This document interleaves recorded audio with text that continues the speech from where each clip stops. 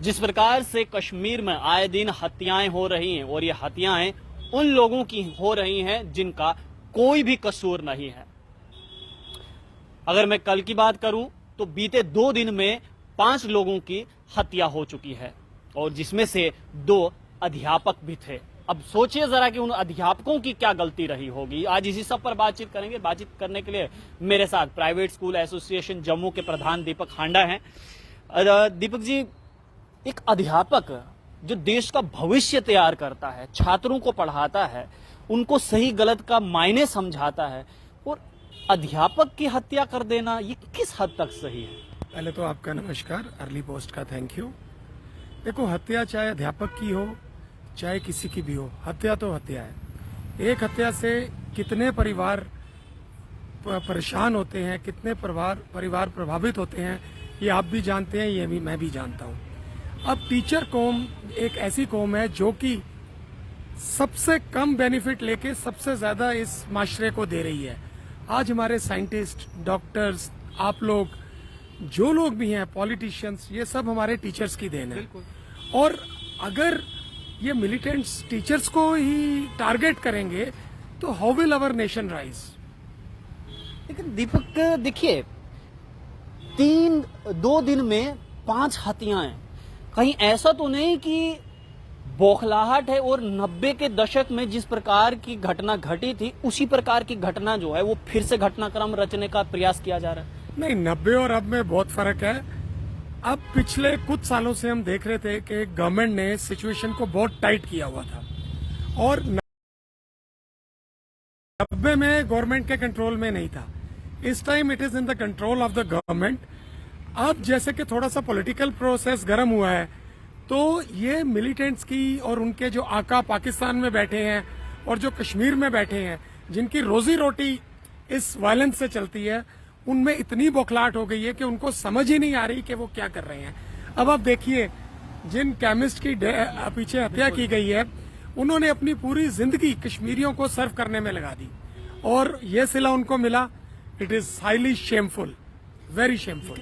देखिए, एक तरफ भारत सरकार कह रही है कि हम कश्मीरी पंडितों को दोबारा जो है वो वहां पर स्थापित कर देंगे, लेकिन कैसे होगा? क्योंकि जैसे ही कोई कोशिश सफल होने वाली होती है तो इस प्रकार की घटनाएं सामने आ जाती हैं, तो कैसे वो कश्मीरी पंडित जो है वो वापस जाने की सोच भी सकता है? सर, ये हमारे जो नेबरर्स हैं, जिनका 1 पॉइंट प्रोग्राम है पूरे वर्ल्ड में अशांति फैलाना, ये उनका 1 पॉइंट प्रोग्राम है। वो चाहते ही नहीं है कि हिंदुस्तान के में शांति हो। आप जैसे कि आप लोगों के मीडिया ने ही कुछ दिन पहले इतने टूरिस्ट के वीडियोस चलाए कि टूरिस्ट डल पे गाना गा रहे हैं, कुछ गा रहे हैं। मेरे कश्मीरी भाइयों को समझ नहीं आ रही, जैसी ये किलिंग्स हुई हैं, इतना अच्छा टूरिस्ट सीजन चला पीछे, अब वो टोटली डेड हो जाएगा अगले 6 महीने के लिए। इसका नुकसान किसको है? एक भारतीय को है। एक भारतीय, हिंदू, मुस्लिम, कश्मीरी, सरदार, ईसाई, जो भी है, अल्टीमेटली लॉस हम इंडियंस को है। ये जिस दिन हमारे लोग, हमारी यूथ समझ जाएगी, उस दिन पाकिस्तान की ऐसी प्रॉक्सी नहीं चलेगी। अब मैं आऊंगा नेताओं पर। नेता, खासकर अगर मैं महबूबा मुफ्ती की बात करूं तो महबूबा मुफ्ती जब कश्मीर में होती हैं वो पाकिस्तान पर बात करेंगी।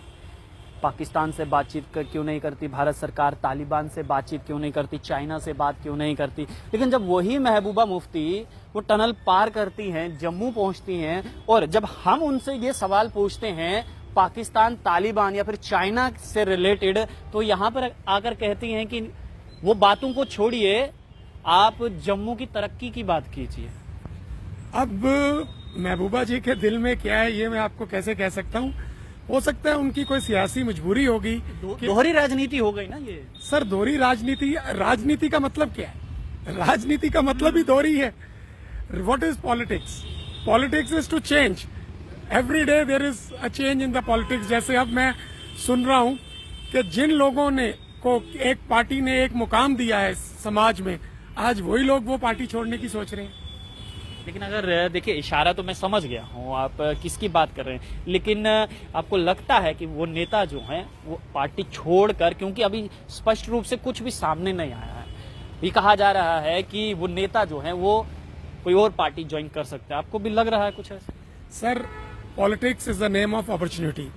अगर किसी को भी कोई अच्छी अपॉर्चुनिटी मिले तो ही और she has full right to change, और कोई किसी पॉलिटिकल पार्टी के साथ बंधा हुआ तो नहीं है। Anybody can change. जब ज्योतिराज सिंधिया जैसे जो कांग्रेस के बैकबोन थे वो बीजेपी में जा सकते हैं, तो हमारे रीजनल लीडर्स की तो कोई वो नहीं है इतना।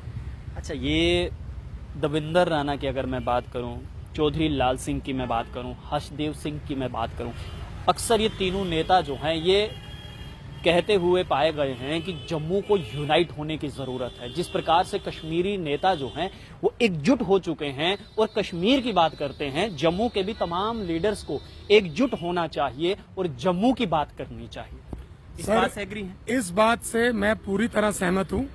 बम बम बोले के टाइम हमने एक मूवमेंट बनाई थी जम्मू पीपल्स फ्रंट, और हमारा बड़ा अच्छा काम हुआ था। डॉक्टर जितेंद्र सिंह जी भी हमारे साथ थे, सब साथ थे, और लीलाकरण जी भी हमारे साथ थे, और हमने उनकी सपोर्ट से अच्छी मूवमेंट चलाई। लेकिन आज आपकी बात बिल्कुल ठीक है कि Jammu needs a United front, जो कि जम्मू के लोगों के लिए आगे आए। आज आप मुझे बताएं, आज भी वही हाल है जो पॉपुलर गवर्नमेंट्स के टाइम था। पैकेज सारे कश्मीर में जा रहे हैं, जम्मू और लद्दाख आज भी पीछे है। वाई? हम लोगों का कसूर क्या है? हम बिजली का बिल पूरा देते हैं, हम पानी का बिल पूरा देते हैं, म्युनिसिपल चार्जेस पूरे देते हैं। कोई भी टैक्स हो सबसे पहले जम्मू से वसूला जाता है, और जम्मू के लोगों को उसके टर्न में क्या मिलता है? ठेंगा।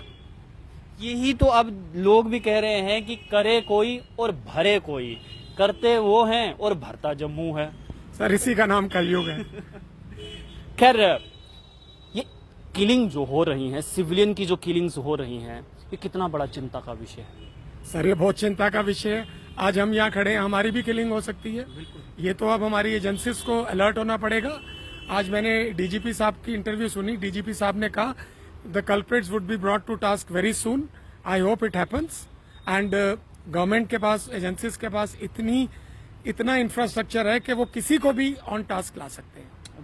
बातचीत करने के लिए दीपक हांडा बातचीत कर रहे थे। और देखिए, बहुत बड़ा चिंता का विषय इस समय ये बना हुआ है, क्योंकि बीते 2 दिन में 5 सिविलियन की हत्या कर दी गई है, और जिसमें से 2 अध्यापक है। सोचिए, वो इंसान, वो अध्यापक जो देश का भविष्य बनाता है, जो देश के भविष्य को तैयार करता है, सींचता है अपनी मेहनत से, अपनी खून पसीने की मेहनत से सींचता है, और उन अध्यापकों को, उन निहत्तों को इस प्रकार से मार दिया जाता है। यही बौखलाहट दिखाती है। अगर उन आतंकवादियों में इतनी हिम्मत है तो पीठ पर गोली नहीं, बल्कि हमारी सिक्योरिटी फोर्सेस के सामने आकर गोली मार कर दिखाएं। तब आपको अगर छठी का दूध याद न दिला दिया हमारे सिक्योरिटी फोर्सेस का, तो बात कीजिएगा। आप लोग देखते रहिए अर्ली पोस्ट। कैमरामैन गगन के साथ देव ठाकुर, जम्मू।